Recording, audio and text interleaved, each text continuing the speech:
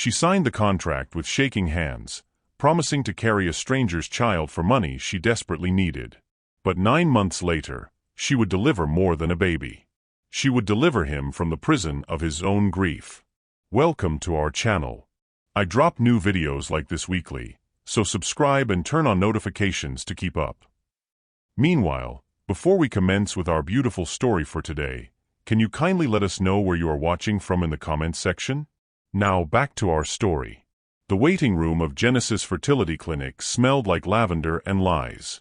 Sera Mallory sat in the third chair from the door, her spine straight despite the exhaustion pooling in her bones, her hands folded over a manila folder she had carried for 3 weeks. Inside were numbers. Red numbers. Hospital bills from the miscarriage that had hollowed her out 2 years ago. Divorce papers that came 4 months later. An eviction notice that arrived last Tuesday. She had done the math over and over in the dark in the shower, while staring at the ceiling of her friend's cramped couch where she now slept. This was the only equation that balanced. The clinic coordinator had been kind when Sera first called. Had explained the process gently. Psychological evaluation. Medical history. Background check. Matching with intended parents. Compensation. That last word had caught in Sera's throat like a fishhook. Compensation. Not payment. Not selling. Compensation. As if the language could soften what she was about to do. She looked down at her shoes. The sole of the left one was separating, a small mouth opening with every step. She tucked her feet beneath the chair. Across the city, Elias Crane stood at the window of his penthouse office on the 42nd floor, looking down at a world he had mastered and felt nothing for. His reflection in the glass was sharp. Tailored suit. Silver at his temples, though he was only 36. A face that had learned not to show what it felt. Behind him, on the obsidian desk, 3 folders lay open. Surrogate candidates. Women reduced to statistics. Age. Health. Education. Psychological stability. He had reviewed 27 profiles over the past month with the same clinical detachment he applied to mergers. His attorney, a man named Wexler who charged $800 an hour to have no conscience, had urged him to choose quickly. The screening process is thorough, Elias. These women are vetted. You're overthinking it. But Elias wasn't overthinking. He was not thinking at all. That was the point. 3 years ago, thinking had nearly destroyed him. Feeling had nearly destroyed him. So he had stopped. He had built an empire of distractions, of control, of transactions that required nothing of his heart because his heart was a grave he refused to visit. He wanted a child. Not for love. He wasn't capable of that anymore. But for legacy. For a reason to continue the machine of his life. A child could be raised by nannies, taught by tutors, groomed for success. A child didn't require him to be whole. His phone buzzed. A text from the clinic coordinator. Your 2 p.m. interview is confirmed. Sera Mallory. He glanced at the folder on his desk. 28 years old. No criminal record. Prior pregnancy, ended in miscarriage. Divorced. Currently unemployed. Motivated by financial need. Perfect. Desperate people didn't ask questions. Sera heard her name called and stood, her knees unsteady. The coordinator, a woman with gentle eyes and a clipboard, smiled at her. Are you ready? Sera nodded, because what else could she do? She followed the woman down a hallway that seemed too long, past doors with frosted glass, past framed photographs of smiling families holding newborns, past the future she had once imagined for herself. The conference room was cold. A long table. Leather chairs. A man already seated at the far end, his posture perfect, his eyes on a tablet in front of him. He didn't look up when she entered. Miss Mallory, the coordinator said. This is Elias Crane. He looked up then. And for a fraction of a second, something in his expression shifted. Not warmth exactly. More like recognition. As if he saw in her the same exhaustion he carried. But then it was gone, replaced by the smooth neutrality of a man conducting business. Please sit, he said. His voice was low, controlled. Sera sat. She placed the manila folder on the table in front of her, then thought better of it and moved it to her lap. She felt exposed. Examined. She had spent an hour that morning trying to make herself look put together, but she knew what he saw. A woman with nowhere else to turn. There was another man in the room, Elias's attorney, who began speaking about terms and conditions, about medical procedures and legal protections, about the compensation structure. $50,000. $25,000 upon confirmed pregnancy. $25,000 upon delivery. Plus all medical expenses. Plus a living stipend. Sera barely heard him. She was watching Elias, the way his jaw tightened almost imperceptibly, the way his fingers rested on the edge of the table as if he needed to hold onto something solid. The attorney slid a document across the table. The contract. Sera stared at it. 23 pages of legalese that reduced her body to a vessel and his child to a product.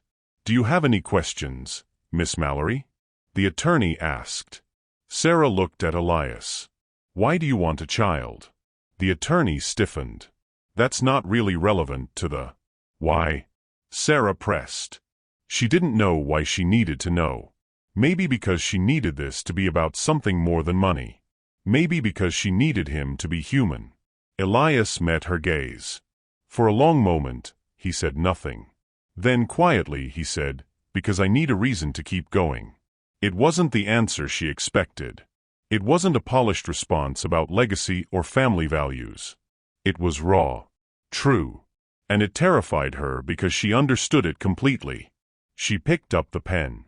Her hand trembled as she signed her name on the final page. Sera Mallory. The ink was black and permanent. Elias signed beneath her signature. The attorney witnessed. The coordinator smiled. "Congratulations," the attorney said, as if they had just closed a real estate deal. But when Sera looked up, Elias was staring at her with an expression she couldn't read. And she realized that whatever she had just agreed to, it was going to cost more than she understood. The implantation procedure happened on a Thursday morning in a sterile room that hummed with machinery. Sera lay on the examination table, her feet in stirrups, a paper gown covering her body, and tried not to think about what was happening. The doctor was efficient, clinical, narrating each step as if Sera were a student observer rather than the person being invaded.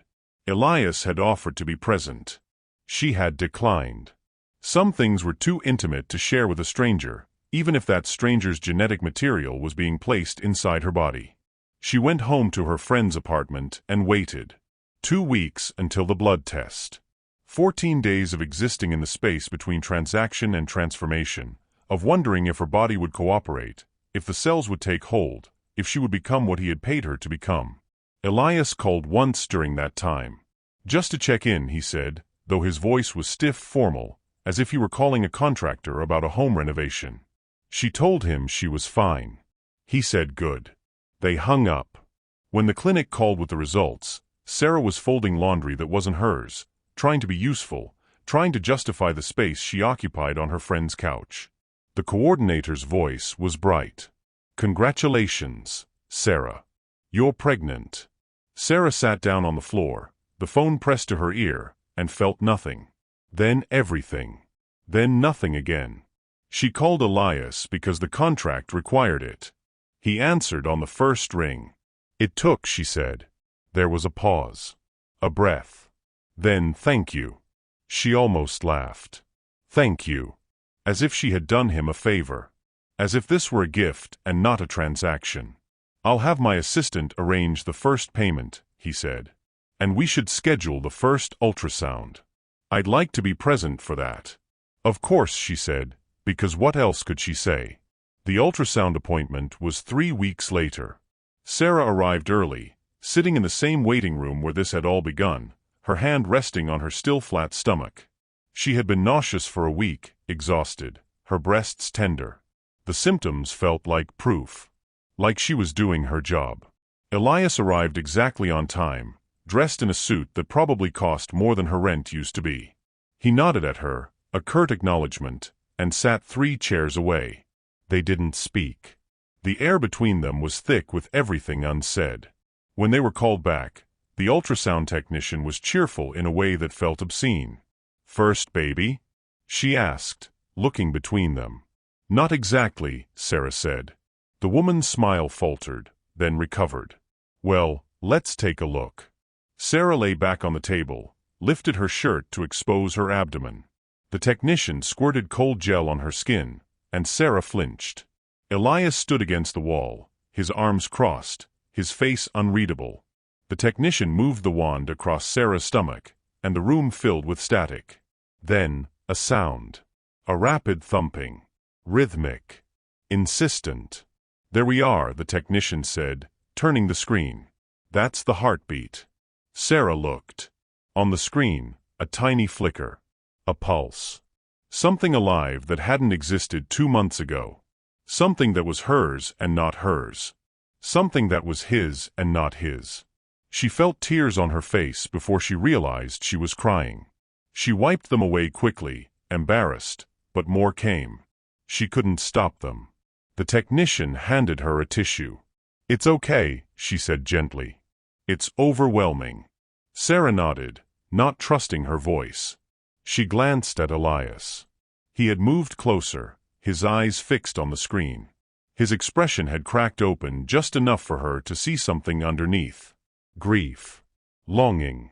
Fear. Can I? He started, then stopped. He cleared his throat. Can I have a copy? Of the image? Of course, the technician said. I'll print several. The appointment ended. The technician left them alone in the room for a moment while she processed the images. Sera sat up, pulling her shirt down, wiping the gel from her skin. Elias stood by the window, looking out at the parking lot. Are you okay? Sera asked. She didn't know why she asked. It wasn't her job to care. He turned to her. His eyes were red-rimmed, though she hadn't seen him cry. I didn't expect it to feel real, he said. It is real, she said quietly. He nodded. Looked away. I know the contract says you'll follow the medical guidelines, the diet, the appointments. But he paused, searching for words. I need you to understand how important this is. This child is everything. The weight of those words settled on her chest. Everything. Not someone. Something. A means to an end. I understand, she said, though she didn't. Not really. He reached into his jacket and pulled out an envelope. The first payment. $25,000. He set it on the examination table between them. It sat there like an accusation. Sera stared at it. This was what she had signed up for. This was what she needed. But holding that envelope, looking at the grainy image of the heartbeat still displayed on the darkened screen, she felt something shift inside her. Not just the pregnancy. Something deeper. A sense that she had agreed to something she couldn't fully comprehend until it was too late. Thank you, she said, taking the envelope. The paper was thick, expensive.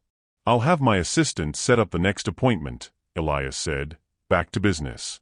And I'd like you to move into the guest house on my property. It'll be easier to monitor your health, ensure you have everything you need. That wasn't in the contract, Sera said. I know. But I'm offering. You'll have privacy, comfort, security. And I'll have peace of mind. Sera wanted to refuse. Wanted to maintain some boundary between them. But she thought about her friend's cramped apartment, about being a burden, about sleeping on a couch while carrying another person's child. Okay, she said. Good. His shoulders relaxed slightly. I'll have everything arranged by the end of the week. He left first, pausing at the door.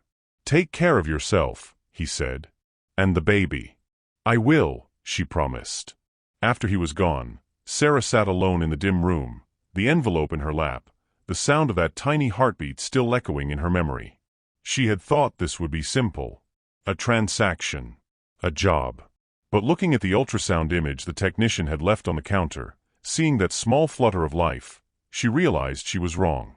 She wasn't just carrying his child. She was carrying a future neither of them had planned for. And somewhere in the space between that heartbeat and the money in her hands, the lines of their contract had already begun to blur. She pressed her hand to her stomach, feeling nothing yet but knowing something was there. Growing. Changing. Becoming. "I'll keep you safe," she whispered to the life inside her. "I promise." But as she left the clinic, stepping into the bright afternoon sun, she couldn't shake the feeling that she had just made a promise she didn't know how to keep. Not to the baby, but to herself. To remain detached. To remember this was business. And she was already failing. The guest house was nicer than anywhere Sera had ever lived. Floor-to-ceiling windows overlooking a manicured garden. A kitchen with marble countertops she was afraid to touch. A bedroom with sheets that felt like water against her skin. It was beautiful and sterile and lonely. She moved in on a Saturday. Elias had sent movers for her belongings, though she barely had any. 2 suitcases. A box of books. A framed photograph of her mother who had died when Sera was 19. The movers had looked embarrassed by how little there was to carry.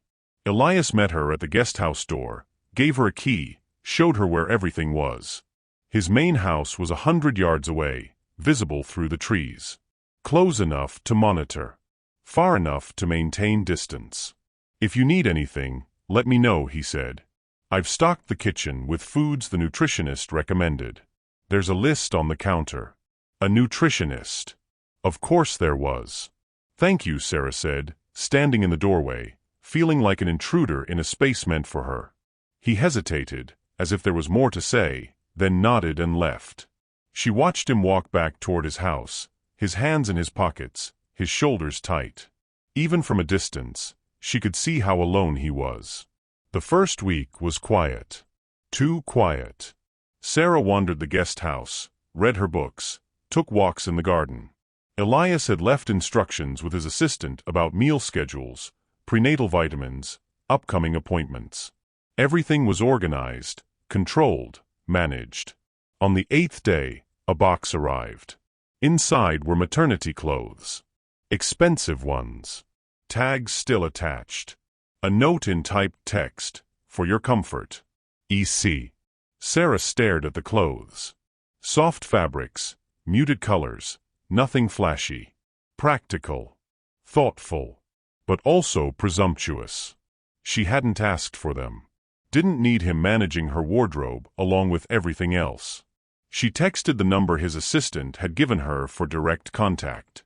"You don't need to buy me clothes." His response came within minutes. "You need appropriate attire for the pregnancy. Consider it a business expense." A business expense. Her body. Her changing shape. Reduced to a line item in his budget. She typed back, "I can buy my own clothes." 3 dots appeared. Disappeared. Appeared again. Then, "With what money? You haven't worked in months." Sera felt heat rise in her face. The truth of it was sharp and humiliating. She had $25,000 now, yes, but most of it was already allocated. Debts to pay. Money to return to her friend. She had kept only enough to survive. She didn't respond. Just set the phone down and stared at the box of clothes. He was right, and she hated him for it.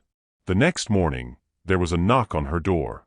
She opened it to find Elias standing there with a tablet in his hand, his expression businesslike. "We need to go over the schedule," he said without greeting. "The 2nd trimester appointments start next week. I've arranged for a private obstetrician to come here rather than the clinic. More convenient." "Convenient for whom?" Sera asked. "For both of us. You won't have to travel. I won't have to adjust my work schedule as much." She crossed her arms over her chest, suddenly aware she was wearing one of the maternity shirts he had sent. It fit perfectly, and that made her angrier. "I didn't agree to house calls," she said. "You agreed to follow medical guidance. This is better medical guidance." "You mean more controlled medical guidance?" His jaw tightened. "I mean safer. More private. The tabloids would have a field day if they found out about this arrangement. So this is about protecting your reputation. This is about protecting everyone involved. Including you. Or would you prefer photographers camped outside your appointments asking questions about why a billionaire is attending prenatal visits with a woman who isn't his wife?" Sera felt the words land like slaps. He wasn't wrong, but the way he said it, clinical, strategic, made her feel like a problem to be solved rather than a person. "Fine," she said. "House coals. Whatever you want. What I want is a healthy pregnancy and a healthy child. That's all." "That's all," she echoed. "Right." He looked at her then, really looked, and something in his expression softened. "Are you okay? You seem—" "What?" Sera interrupted. "Like I'm tired of being managed? Like I feel like an incubator with a pulse?" "That's not—" He stopped. Took a breath. "This is difficult for me too." "You?" Sera laughed, bitter. "You're not the one whose body is being invaded. Whose life has been reduced to a checklist. Whose every meal and movement is monitored. I'm trying to make sure you're taken care of. I'm not a child. I know that. Then stop treating me like one. Stop making decisions for me. I agreed to carry your baby. I didn't agree to be controlled." The silence that followed was heavy. Elias's knuckles were white around the tablet. When he spoke, his voice was quiet, strained. "I lost my wife and daughter because I wasn't in control. Because I let them drive in bad weather to visit her mother. Because I didn't insist they wait. Because I trusted that things would be fine. And they died. So forgive me if I'm trying to control what I can now." Sera felt the air leave her lungs. She had known about his loss. The clinic had mentioned it vaguely. But hearing him say it, hearing the rawness in his voice, made it real. "I'm sorry," she said quietly. "I didn't know the details." "You don't need to know the details. You just need to understand why this matters." "Why I need—" He stopped. Shook his head. "Never mind. Why you need what?" "Control," he said. "Order. A guarantee that nothing will go wrong." "There are no guarantees," Sera said gently. "You know that." "I know." His voice cracked slightly. "But I have to try." He left after that, walking back to his house with his shoulders hunched, and Sera stood in the doorway feeling like she had just seen behind a curtain she wasn't supposed to see. Over the next 2 weeks, they barely spoke. He sent instructions through his assistant. She complied with appointments, followed the meal plans, took her vitamins. They existed in parallel, connected only by the life growing inside her. But at night, she would see lights on in his house. Would see his silhouette moving past windows at 2, 3 in the morning. She wondered if he slept at all. Wondered what ghosts kept him awake. One evening, she found a book left on her doorstep.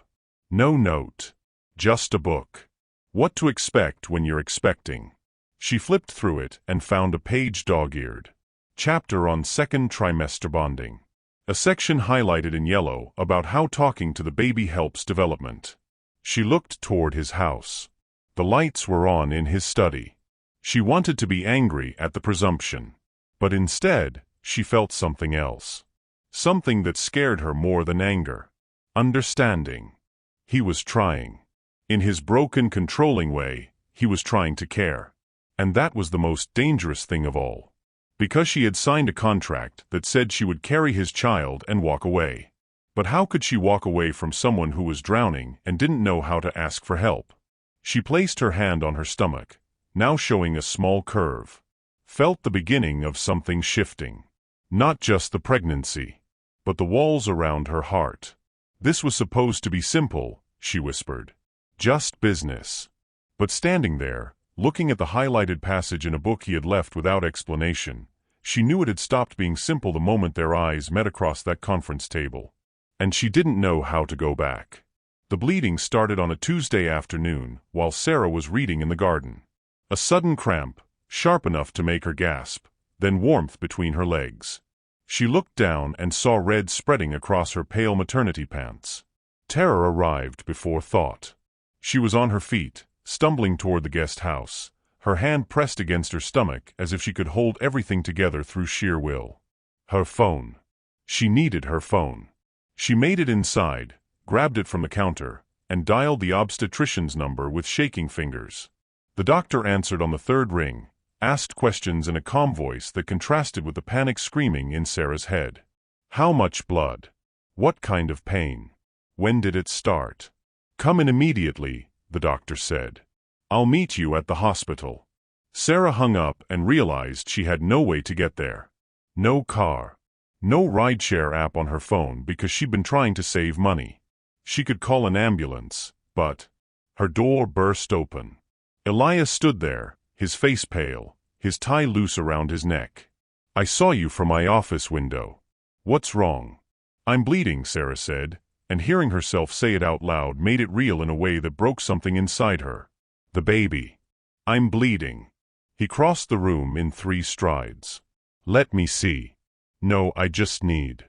"Let me see," he repeated, his voice firm but not unkind. She lifted her hand, showed him the blood on her palm. His expression didn't change, but she saw his throat work as he swallowed. "We're going to the hospital," he said. "Now. Can you walk?" "I think so." He took her arm, gentle but steady, and led her to his car. A black sedan that probably cost more than she'd make in 5 years. He opened the passenger door, helped her in, fastened her seatbelt as if she were fragile glass. Then he was in the driver's seat, pulling out of the driveway faster than was safe but not reckless. Controlled urgency. Sera pressed her hand against her stomach, willing the baby to be okay, bargaining with a God she wasn't sure she believed in. "Please. Please. I'll do anything. Just let the baby be okay." Elias made a call on the car's Bluetooth. The obstetrician told her they were 10 minutes away. Asked questions Sera couldn't process through the fear fogging her brain. When they arrived, the doctor was waiting with a wheelchair. Elias helped Sera into it, his hand on her shoulder, and she realized he was shaking too. The examination room was cold and bright. The doctor was efficient, checking vitals, doing an internal exam while Sera stared at the ceiling and tried not to cry. Elias stood by the door, his hands clenched at his sides, his face carved from stone. Finally, the doctor rolled back on her stool. "The bleeding is from a subchorionic hematoma. It's a collection of blood between the uterine wall and the gestational sac. Not uncommon, but it needs to be monitored carefully." "Is the baby okay?" Sera asked, her voice breaking. "Let's check." The ultrasound machine was wheeled in. Cold gel on her stomach again. The wand pressing, searching. And then, the heartbeat. Strong. Steady. Unchanged. Sera sobbed. Relief and fear and exhaustion pouring out of her in waves. The doctor handed her tissues, squeezed her hand. "The baby is fine," the doctor said. "But you need complete bed rest. No walking except to the bathroom. No stress. This hematoma needs time to resolve, and any strain could make it worse." "For how long?" Elias asked. "At least 2 weeks. Possibly longer. We'll monitor closely." "I can arrange for a nurse," Elias said immediately. "Round-the-clock care." "No," the doctor interrupted gently. "She needs to be somewhere she feels safe and comfortable. Stress is the enemy right now." "Where have you been staying, Sera?" "The guest house," Sera said. "On his property." "That'll work. But someone needs to be nearby. To help with meals, medication, monitoring. Do you have family? Friends who can stay with you?" Sera thought of her friend, who worked 2 jobs and had 3 kids. Thought of the family she didn't have anymore. "My friend can't," she said quietly. "There's no one." The doctor looked at Elias. "Then you'll need to step up. Check on her regularly. Make sure she's eating, resting, not overdoing it. Can you do that?" Elias nodded without hesitation. "Yes. Whatever she needs."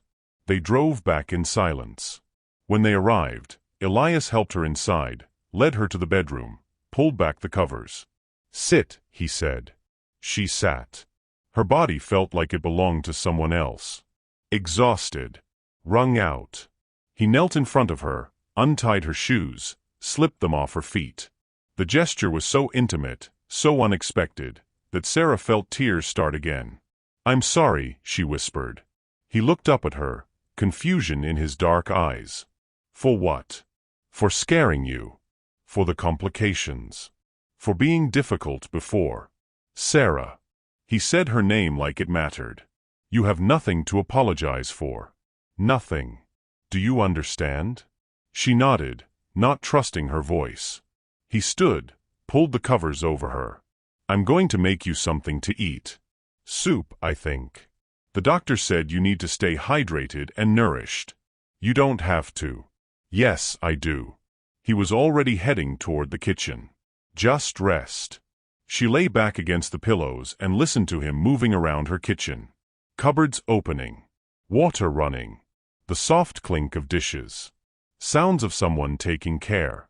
When he returned 20 minutes later, he carried a tray with a bowl of soup, crackers, water, and her prenatal vitamins. He set it on the nightstand, arranged the pillows so she could sit up comfortably. "It's just canned soup," he said, almost apologetic. "I'm not much of a cook." "It's perfect," she said. And it was. Not because of the soup, but because of the effort. He pulled a chair to the bedside and sat. "I'm going to stay tonight. In the guest room. Just in case you need anything." "You don't have to do that." "I know. But I'm going to." She ate slowly, aware of him watching. Not in a clinical way. In a human way. Like he was afraid she might disappear if he looked away. "Can I ask you something?" she said between bites. "Of course. Why are you doing this? Really doing this? The baby, I mean. Is it really just about legacy?" He was quiet for a long moment. Then he said, "When my daughter died, she was 4 years old. The last thing she said to me was, 'See you tonight, Daddy.' And I never saw her again. I thought if I had another child, I could fill that hole. Could have another chance to be the father I didn't get to be. But honestly, I think I just wanted to feel something other than empty." Sera set the soup down. "That's the saddest thing I've ever heard." He smiled, but it didn't reach his eyes. "Truth usually is." "What was her name?" "Your daughter." "Lily." Sera reached out without thinking and took his hand. He stiffened, then relaxed, his fingers curling around hers. "She would want you to be happy," Sera said. "Not just surviving. Actually happy." "I don't know if I remember how," he admitted. They sat like that, hands joined, until Sera's eyes grew heavy. He pulled away gently, took the tray, turned off the light. "I'll be right down the hall," he said from the doorway. "If you need anything at all, call for me. I'm a light sleeper." "Okay," she whispered. "Good night, Sera." "Good night, Elias." He closed the door softly. And for the first time since she'd signed that contract, Sera didn't feel alone. She felt tethered to something, someone, who understood what it meant to be broken and still trying. She placed her hand on her stomach, felt the small curve beneath her palm, whispered to the baby she was already beginning to love despite herself. "We're going to be okay. Your dad is here now. And I think maybe he needs us as much as we need him."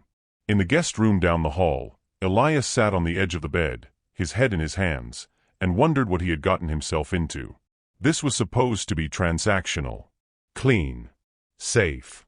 But listening to her cry in that hospital room, seeing her fear, holding her hand, it had cracked something open inside him that he'd thought was sealed forever. And now he was here in her space, responsible not just for a pregnancy but for a person. A woman who was brave and scared and beautiful in ways he hadn't let himself notice before. This wasn't the plan. She wasn't the plan. But plans, he was learning, meant nothing when your heart started remembering how to beat. The days blurred together in a rhythm of forced stillness. Sera stayed in bed, reading, sleeping, staring at the ceiling while her body did the work of healing. Elias came 3 times a day like clockwork. Morning with breakfast. Afternoon with lunch and medication. Evening with dinner and conversation that started awkward and became easier. He brought her books from his library. Made her tea the way she liked it after asking once and remembering. Sat in the chair by her bed and worked on his laptop while she rested, as if his presence alone could keep her safe. On the 5th day, she woke from a nap to find him asleep in the chair, his head tilted at an angle that would leave his neck sore, his laptop balanced precariously on his knees. She watched him for a moment, this man who held the world at arm's length but had somehow let her get close. His face was softer in sleep. Younger. Less haunted. She must have made a sound because his eyes opened, immediately alert. Sorry, he said, straightening. I didn't mean to fall asleep. It's okay. You looked like you needed it. He rubbed his neck, grimacing. I haven't been sleeping well. Because of me? Because of a lot of things. She shifted in the bed, making room. You could lie down properly. The bed's big enough. He looked at her like she'd suggested something scandalous. I don't think that's appropriate. Elias, we're having a baby together. I think the line of appropriate was crossed months ago. He considered this, then carefully, as if approaching something wild, he moved to the other side of the bed and lay down on top of the covers, maintaining distance. He stared at the ceiling, his body rigid. You can relax, Sera said. I won't bite. He exhaled, and some of the tension left his shoulders. This is strange. What is this? Being here. I've had staff and assistants and employees. But I haven't had someone to just exist with in years. Tell me about them, Sera said quietly. Your wife and daughter. She felt him tense beside her, thought he might refuse. But then he started talking, his voice low and careful, like he was handling something fragile. Her name was Vanessa. We met in college. She was studying art history, and I was already insufferable about business. She used to tease me that I treated life like a spreadsheet. She wasn't wrong. But she made me see beauty in things I dismissed as impractical. Museums. Poetry. Long walks with no destination. What was she like? Warm. Everyone loved her. She had this way of making people feel seen. And patient, God, she was patient with me. I worked constantly, missed dinners, canceled plans. She never complained. Just said she knew what she was signing up for. Do you think she was happy? The question landed heavy between them. Elias was quiet for a long time. I don't know, he finally said. I never asked. I assumed because she stayed, because she didn't complain, that she was fine. But looking back, I wonder if she was just lonely in a marriage that had become more partnership than passion. And Lily? His breath caught. Saying her name still hurt. Lily was joy. Pure, unfiltered joy. She laughed at everything. Made up songs. Collected rocks she thought were magic. She wanted to be an astronaut one week, a veterinarian the next. Everything was possible to her. She sounds perfect. She was 4. 4-year-olds are supposed to be perfect. That's what makes it. He stopped. Cleared his throat. They were driving to Vanessa's mother's house for dinner. It was snowing, and I had told Vanessa to wait, to let the roads clear. But her mother had been sick, and Vanessa wanted to check on her. So she went. Lily insisted on going too because she'd made a drawing for her grandmother. Sera's hand found his in the space between them. He gripped it like a lifeline. A truck crossed the median. Hit them head-on. Vanessa died at the scene. Lily died in the ambulance. I got the call while I was in a board meeting, arguing about quarterly projections. They were dying, and I was arguing about numbers that meant nothing. Tears slid down Sera's face. I'm so sorry. Everyone says that. But sorry doesn't bring them back. Sorry doesn't change the fact that I chose work over dinner that night. That the last thing I said to my daughter was be good for mommy, instead of I love you. That I can't remember the last time I told Vanessa she was beautiful. You couldn't have known. That's what makes it worse. We never know when it's the last time. So we waste moments. Take people for granted. And then they're gone, and all we have are regrets. Sera squeezed his hand. Is that why you wanted a baby? To erase the regret? He turned his head to look at her. To have another chance. But that's not fair to the child, is it? Using them to heal myself. I don't think it works that way. Children aren't erasers. They're new chapters. Maybe. He paused. Can I tell you something I've never told anyone? Please. I was relieved when they died. For about 30 seconds, before the grief hit, I felt relief. Because I'd been so tired of trying to be a good husband and father while also being successful. Of failing at both. And then they were gone, and I didn't have to fail anymore. What kind of person feels relief? The human kind, Sera said gently. Grief isn't logical. And you were exhausted. That doesn't mean you didn't love them. How do you know? Because I felt the same thing when I miscarried. Now it was his turn to grip her hand tighter, to turn and look at her. Tell me. Sera took a breath. My husband's name was Daniel. We'd been married 3 years. The pregnancy wasn't planned, but I wanted it desperately once I knew. I thought it would fix us. We'd been drifting, and I thought a baby would give us purpose. But at 16 weeks, I started bleeding. By the time we got to the hospital, there was no heartbeat. God, Sera. Daniel held me while I cried. Said all the right things.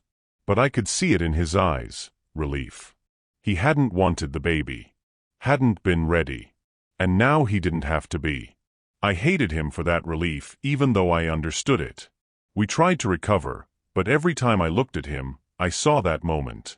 So I left. Or he left. It's hard to remember who did it first. Is that why you agreed to the surrogacy?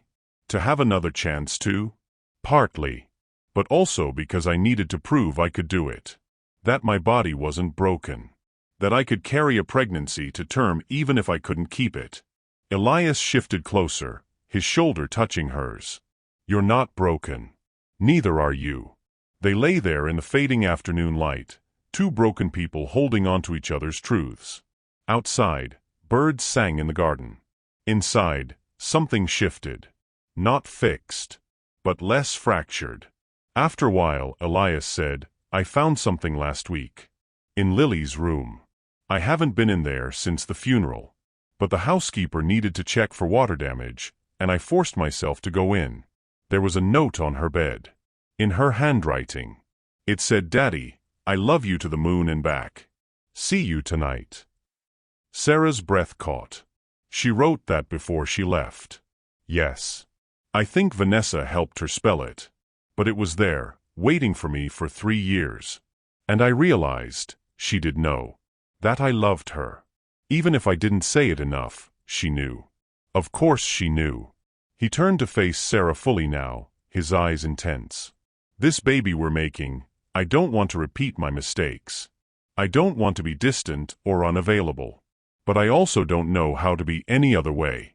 Work is all I've known for so long. Then learn. We both will. Together. Together, he repeated, as if testing the word. You won't be here, though. After the birth. That's the agreement. The words hung between them like a door closing. Sera felt something twist in her chest. She had forgotten somehow, in these days of forced proximity and shared truths, that this was temporary. That she was contracted to leave. Right, she said, her voice small. The agreement. Unless, he stopped. Shook his head. Never mind. Unless what? Nothing. I'm just tired. Not thinking clearly. But Sera saw it in his eyes. The question he wouldn't ask. The possibility he wouldn't voice. And she felt it in herself too, the terrible, wonderful hope that maybe the contract was becoming obsolete. That maybe what they were building was more than transaction. You should rest, he said, pulling away, restoring distance. I'll bring dinner in a few hours. He left, and the room felt colder without him. Sera placed her hand on her stomach, felt the small movements now, flutters that the doctor said were the baby starting to move. What are we doing, little one? She whispered. Your dad and I, we're supposed to be strangers. But I don't think we are anymore. And I don't know if that's beautiful or tragic. Down the hall, Elias stood in the guest room bathroom, gripping the sink, staring at his reflection.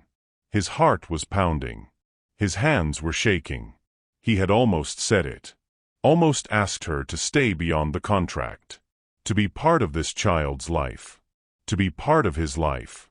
But that wasn't the agreement. And more than that, what could he offer her? A broken man who worked too much and felt too little? Who had already failed one family? She deserved better than him. Better than a life constrained by his grief and limitations. But when he closed his eyes, all he could see was her face. The way she'd looked at him when he told her about Lily. Not with pity. With understanding. With connection. And for the first time in 3 years, he felt something other than empty. He felt terrified. Because wanting someone meant risking loss again. And he didn't know if he could survive that twice. The hematoma resolved after 3 weeks of bed rest. The bleeding stopped. The ultrasounds showed steady improvement. The doctor cleared Sera for light activity, though she was instructed to take it easy and avoid stress. By then, she was 17 weeks pregnant, and the baby was making its presence known with frequent kicks and rolls that took her breath away. The first time the baby kicked hard enough for Elias to feel it, they were sitting on the guest house porch. He had brought her outside for fresh air, wrapped in blankets despite the mild evening, and they were watching the sun set over the garden. She had been telling him about a book she'd read when she gasped, her hand flying to her stomach. "What? What's wrong?" His voice was sharp with alarm. "Nothing. Nothing's wrong. Here." She grabbed his hand and pressed it to the side of her belly, where the movement had been strongest. "Wait. Just wait." They sat frozen, his palm warm against her through the thin fabric of her dress. And then, a flutter. A push. Distinct and undeniable. Elias's eyes went wide. That's your baby saying hello." His face transformed. The guarded expression melted away, replaced by wonder so pure it made Sera's chest ache. He kept his hand there, waiting for another kick, and when it came, he laughed. Actually laughed. The sound was rusty, like he'd forgotten how, but it was real. "Hello," he said softly to her stomach. "I'm your father. I've been waiting to meet you." Sera felt tears prick her eyes. This was what she'd signed up for, giving him this moment. But she hadn't expected it to hurt so much, knowing she was supposed to walk away from these moments once the baby was born. "Do you know what you're having?" she asked. "Boy or girl?" "I asked them not to tell me. I wanted to be surprised." "But," he looked up at her. "Do you want to know?" "I don't know. Part of me does. Part of me thinks maybe it's easier if I don't." "Easier to leave, you mean?" The words sat heavy between them. Sera didn't answer because yes, that was exactly what she meant, and they both knew it. Elias pulled his hand back slowly. "Can I ask you something that might be out of line?" "You can ask me anything." "What are you going to do after? Do you have plans?" Sera shrugged. "Find a job. Find a place to live. Start over, I guess. That's what the money is for. And you'll be okay? Starting over alone? I've been alone for a while now. I'm used to it. That's not the same as being okay." She looked at him. "When did you become wise about emotions?" "I'm not. But I recognize loneliness when I see it. Takes one to know one." They sat in comfortable silence, watching the sky fade from orange to purple. After a while, Sera said, "Can I ask you something now?" "Fair's fair. What happens after the baby is born? Do you have a plan? Nannies, I assume. But what about you?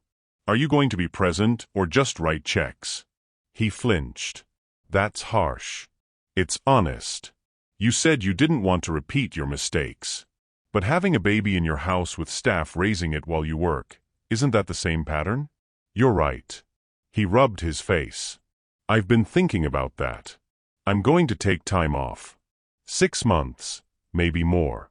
I've already told my executive team to prepare for my absence." Sera's eyebrows shot up. "You're taking paternity leave? Is that so surprising? For you?" "Yes. You seem like the type who'd be back at the office the next day." "I was that type. But this baby, it's my last chance. I'm not going to waste it hiding behind work. What if you don't know how? To be present, I mean. It's not like you can just decide and make it happen. Then I'll learn. I'll fail and learn and fail again. But I'll try. That has to count for something." "It does," Sera said quietly. "It counts for a lot." Over the next few weeks, they fell into a new rhythm. Sera was mobile again, and Elias insisted she join him for meals in the main house rather than eating alone. At first, she declined, feeling like an intrusion. But he persisted, and eventually she agreed. The dinners started formal.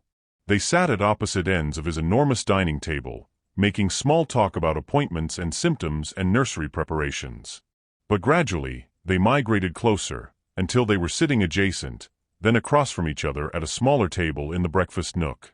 The conversations deepened.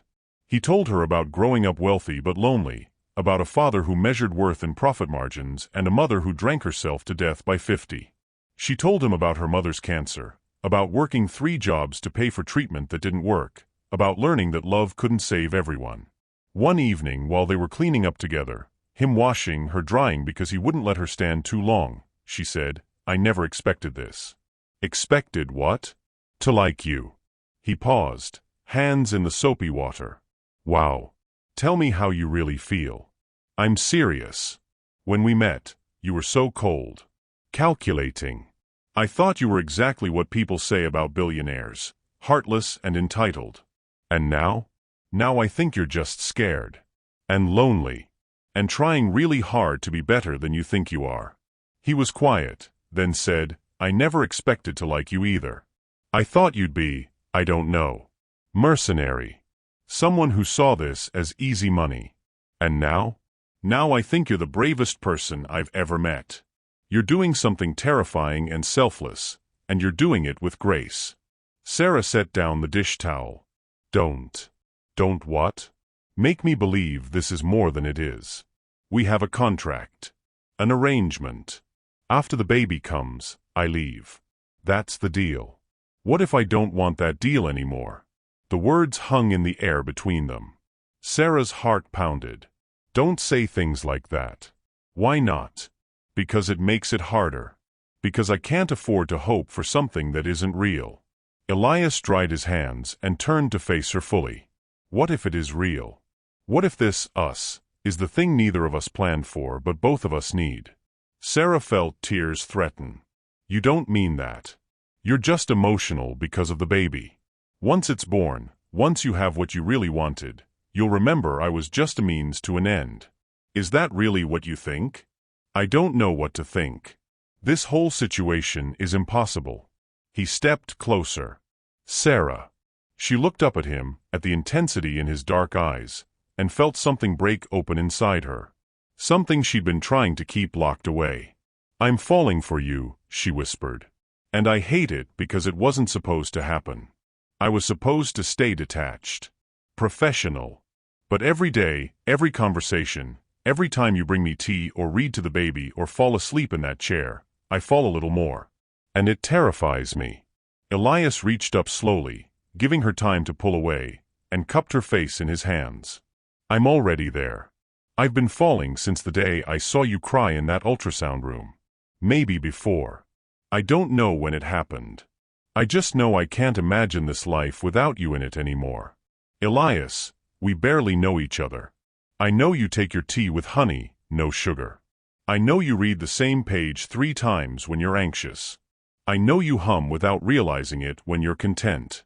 I know you're stronger than you believe and kinder than you should be to someone who's been controlling and difficult. I know enough. This is crazy. Maybe. But I've spent 3 years being sensible and safe and miserable. Maybe crazy is what I need." He leaned down slowly, his forehead touching hers, his breath warm against her lips. "Tell me to stop," he whispered. "If you don't want this, tell me to stop." But she didn't. Instead, she rose on her toes and closed the distance between them, pressing her lips to his in a kiss that was tentative at first, then deeper. It tasted like hope and fear and the terrifying possibility of something real. When they pulled apart, both were breathing hard. Sera's hands were fisted in his shirt, and his arms were around her, one hand splayed protectively over her stomach where their baby grew. "What are we doing?" she asked. "I don't know. But I don't want to stop. The contract. Forget the contract." He kissed her forehead, her cheeks, her lips again. The contract was written by 2 strangers. We're not strangers anymore. What happens when the baby comes and reality sets in? When you realize I don't fit into your world. Then we'll figure it out. Together. If you're willing. Sera looked at him, at this man who had been a cold employer and had become something infinitely more complicated and precious. And she thought about the life growing inside her, the child who had brought them together, and the terrifying leap of faith required to believe this could work. "I'm willing," she said. "I'm terrified, but I'm willing." He smiled, genuine and warm, and it transformed his whole face. "Good. Because I'm terrified too. But I'd rather be terrified with you than safe and alone." They moved to the living room, curled together on the couch with her back against his chest and his hand on her belly. They talked until late into the night, making plans that felt both impossible and inevitable. He would tell his lawyers to draw up a new agreement, one that included her as a co-parent. She would stay in the guest house until they figured out what they were to each other beyond parents. They would take it slow. Or as slow as you could take something when a baby was arriving in 4 months. "Feel that?" Sera said when the baby kicked particularly hard. "I think someone approves." Elias laughed against her hair. "Smart kid. Takes after their mother. Or their father. The stubborn part, definitely you. Hey now." They fell asleep there, tangled together, and when Elias woke at 3 in the morning with Sera drooling slightly on his shoulder, he didn't move. He just held her and wondered how he'd gotten so lucky. How he'd found life in the place he'd least expected it. This wasn't the plan. But it was better than any plan he could have made. And for the first time since he'd lost Lily and Vanessa, Elias Crane felt something he'd forgotten was possible. He felt happy. The last month of Sera's pregnancy arrived with both serenity and tension. Her body was heavy, but her heart was light in ways it hadn't been for years. The guest house had become a sanctuary, not of marble and silence anymore, but of laughter, shared meals, and late-night talks that stretched until dawn. Elias was different now. He still worked, but never from the penthouse office he once ruled like a fortress. His laptop lived on the kitchen table. He made her breakfast most mornings, poorly, but with effort, and took every appointment as though it were sacred. They didn't say "I love you." Not yet. They didn't need to. The air between them carried that confession in every quiet glance, every cautious touch. But not everyone approved. The first sign came when a photo leaked. Someone from the clinic, or perhaps one of Elias's staff, had sold it to the tabloids. Billionaire airmaker? Elias Crane's surrogate moves in. The story spread like fire. Reporters camped outside the gates. Headlines questioned his sanity, her motives. Overnight, the private world they had built was under siege. Sera found him on the phone that morning, his voice low, controlled, dangerous. When he hung up, his jaw was tight. "They'll retract it," he said. "You can't control everything, Elias," she replied softly. "Not this time." "I can protect you." "By hiding me?" She shook her head. "No more hiding. I'm not ashamed of what we are." He looked at her, really looked, and for once didn't argue. "Then we'll face them together," he said simply. The contractions started 2 weeks early. It was past midnight. Rain lashed the windows, and the city lights blurred beyond them. Elias was pacing the guest house living room, reading investor reports, when he heard her cry out. The sound tore through him. By the time he reached her room, she was doubled over, clutching her stomach. "Hospital," she gasped. He moved with precision, bag, keys, phone. But his hands shook as he helped her to the car. The drive was a blur of red lights and wet roads, and for a terrifying second, history threatened to repeat itself. "Slow down," Sera whispered through a contraction. "You're not losing us." Her words broke through his panic. He exhaled and eased the car's speed, gripping her hand tighter. When they reached the hospital, nurses swarmed. Elias tried to follow into the delivery room, but Sera caught his sleeve. "Stay," she whispered. "I want you here." Hours blurred into eternity. Sera screamed, cried, laughed, pushed. Elias held her hand through it all, whispering encouragements that surprised even him. Then, a cry. High, sharp, alive. The doctor smiled. "It's a girl." Sera's breath broke. Elias felt his knees weaken as he looked at the tiny red, furious creature being placed on Sera's chest. The world, which had been fractured for so long, aligned again in that heartbeat. He reached out, hesitant at first, and touched the baby's hand. It curled instinctively around his finger. Something inside him shattered and reformed. "Hello, Lily," he whispered. Sera's eyes widened. "You?" He nodded, tears sliding down his face. "If that's okay with you." Sera couldn't speak. She just nodded, sobbing softly. A week later, they were home. The house that once echoed with silence now hummed with life. Soft cries, lullabies, midnight feedings. Sera had recovered quickly, though she was quieter these days. Something in her eyes told Elias she was preparing to leave. He found the envelope on the kitchen table one morning. Her signed release. The contract, officially completed. The legal custody transfer. Clean, efficient, heartbreak in paperwork. He found her in the nursery, standing over the crib. "You weren't going to say goodbye?" She turned, her eyes glassy. "If I did, I wouldn't go." "Then don't." "Elias. Don't tell me this was just a transaction. Don't pretend what we've built doesn't matter." Her voice cracked. "It matters too much. That's why I have to go. You needed me to help you remember how to feel. You don't need me to live your life. And what if I don't want to live it without you?" He stepped closer, his voice trembling. "You told me once children aren't erasers, that they're new chapters. But Sera, you're my new chapter. Without you, I'll just go back to being a man with money and ghosts." Tears slid down her cheeks. "You think love can fix everything, but it can't." He smiled sadly. "No, but it makes everything worth fixing." Sera looked down at the sleeping baby, at the tiny chest rising and falling, and then back at him. "I'm scared." "So am I. But we've both done terrifying things before. Let's do this one together." For a moment, neither moved. Then she exhaled, a long trembling breath, and stepped into his arms. He held her like a vow. The garden was wilder now. The manicured edges had softened under time and neglect, or maybe renewal. Toys dotted the lawn. A small swing hung from the oak.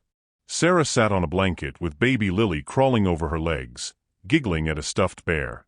Elias watched from the porch, sleeves rolled up, a rare peace in his eyes. "Your board called again," Sera said over her shoulder. "They sound desperate." He smiled. "They'll survive another month without me." "You said that 6 months ago." "I know." He walked toward her, crouched, kissed the top of Lily's head. "But this is where I belong." Sera looked up at him, sunlight glinting in her eyes. "You really mean that?" He nodded. "Legacy used to mean empire. Now it means this. You, her, us." She reached for his hand, fingers intertwining. "You kept your promise." "So did you." He looked down at the baby, then back at Sera. "You know what I realized." "What?" "You didn't just carry my child," he said softly. "You carried my heart out of the grave." Sera smiled, the kind of smile born from surviving everything that once tried to break you. "Then I guess we both delivered miracles." Lily babbled, clutching his finger again. The same small hand that had once changed his life in a hospital room. Elias drew them both closer. "Welcome home," he whispered. And this time, it wasn't about houses or contracts or legacy. It was about a man who learned to love again, and a woman who finally found a place she didn't have to leave. The lavender from the garden drifted in through the open window, the same scent that had once filled a clinic waiting room, now reborn as the fragrance of healing. And somewhere between the laughter of a child and the quiet beating of two hearts, the past finally let them go.